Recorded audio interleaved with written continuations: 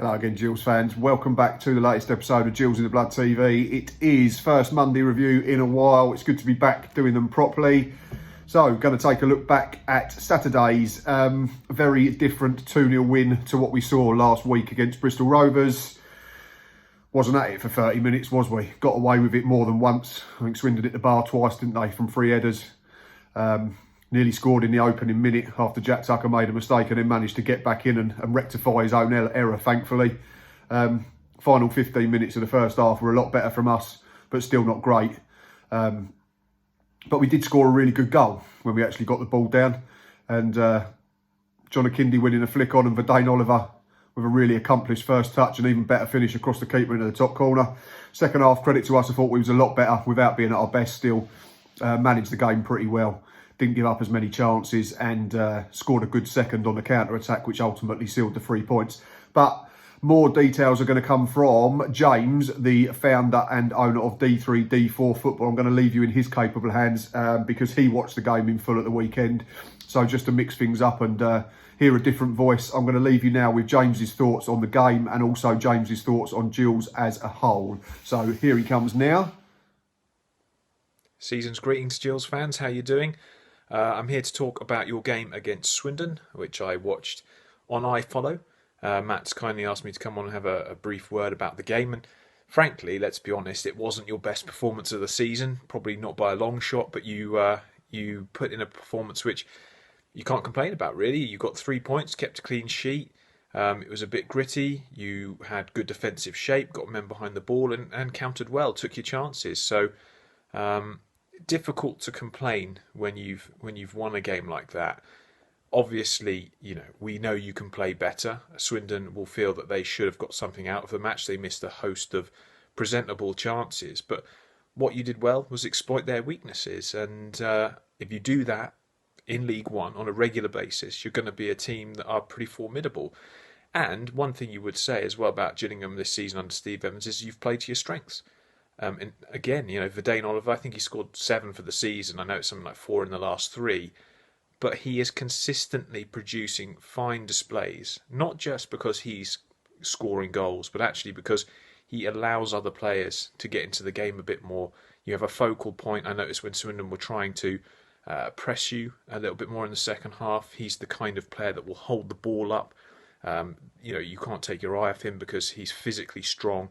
He's got a good finish on him. That first goal that he scored was superb. Your second goal was a wonderful counter-attacking move. I'm never going to complain about a Swindon defeat, trust me. So, really, really good result. To look at you in the wider context of your season, I still am not quite convinced that you're the team that will make the playoffs. There's a lot of good sides, I think, in League One this season who are well placed to have a genuine opportunity to make the playoffs. I think you've put yourselves in a position where you could, but you're a side that I think probably still building slightly. I would expect better sides, the better sides in the division, to be able to counteract your tactics slightly better than Swindon did.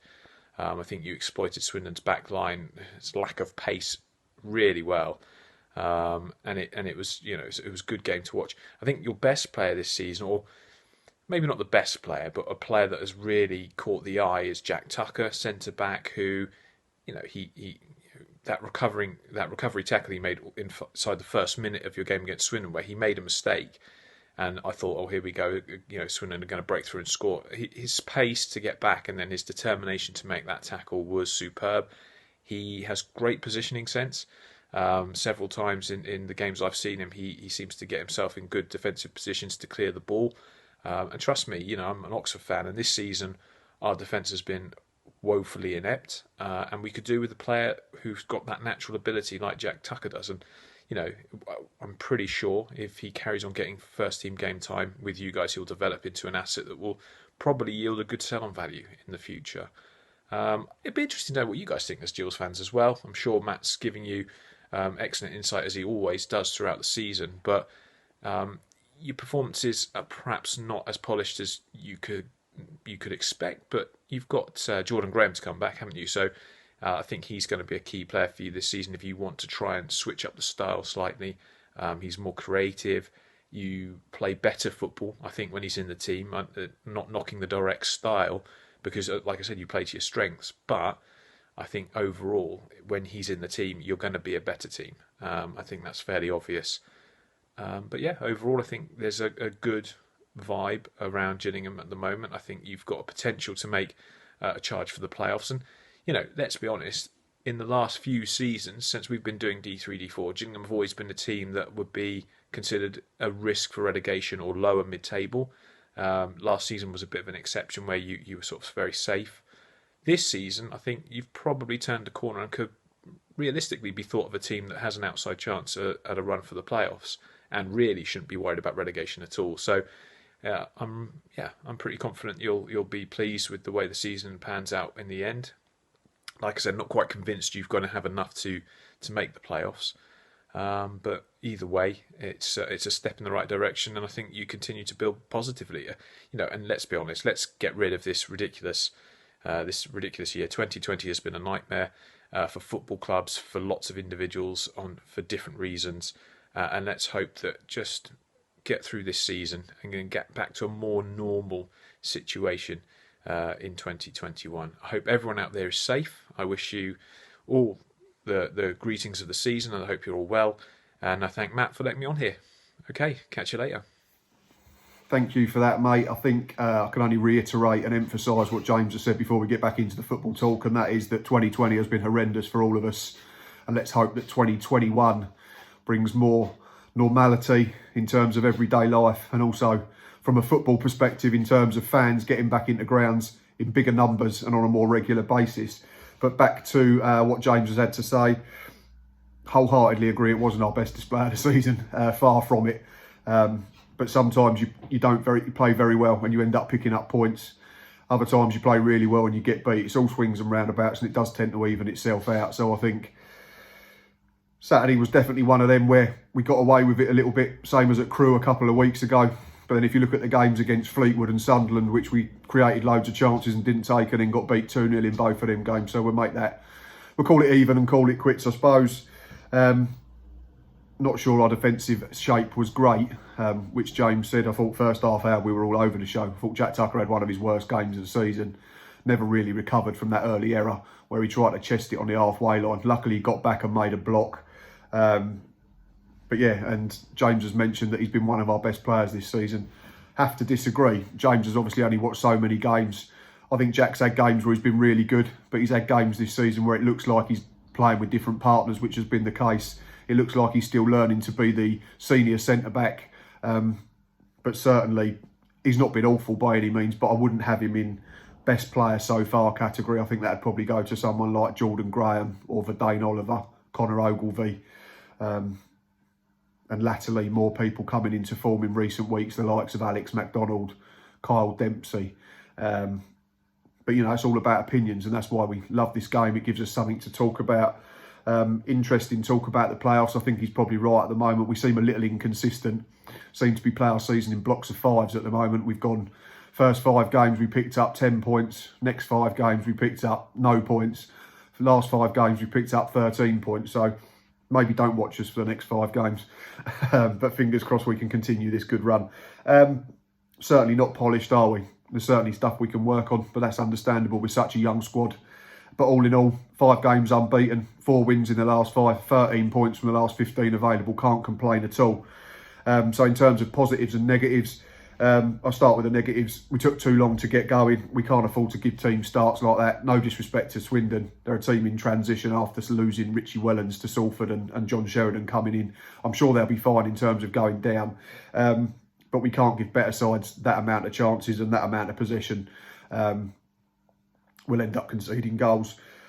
So yeah, that's something to work on. Aside from that, not a great deal to complain about, especially when the positives are another 3 points, another clean sheet, 5 unbeaten, like I've already said, and winning ugly. It's always been a sign of a good team. I remember Alex Ferguson for years said that his Man United team were winning when not playing at their best, and it won them titles. So it's never a bad trait to have. And final positive, John Akindi. really running into some form. I think we're starting to see the player we thought we signed in January.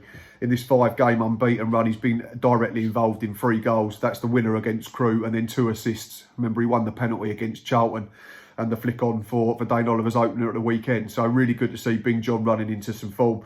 Long may that continue. We do have a game Tuesday night. It is that competition that everybody loves, and we face this lot.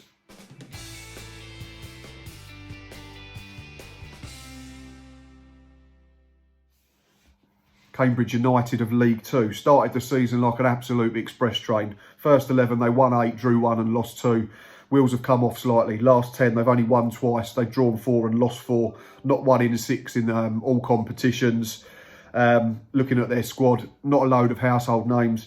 Paul Mullin, though, and Joe Ironside, 15 and 7 goals respectively. Aside from that, though, no one's got above 1 or 2. So be interesting whether they play. Be interesting whether they rotate like we're likely to do. Steve Evans has come out and said there could be up to 10 changes. We know what he's like. I'm not sure there'll be that many.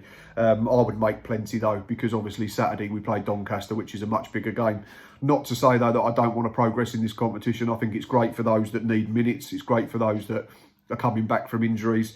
So in terms of a team, I would go Joe Walsh in goal. Ryan Jackson, I would keep at right back, make him skipper. Jack Tucker, I would leave in, try and get Saturday out of the system for him, alongside Declan Drysdale. And if Zach Medley's fit, I'd have him at left back. I would stick to the diamond. I would go Josh Eccles at the base, Henry Woods and Alex MacDonald from the sides, and Matty Willock in the 10.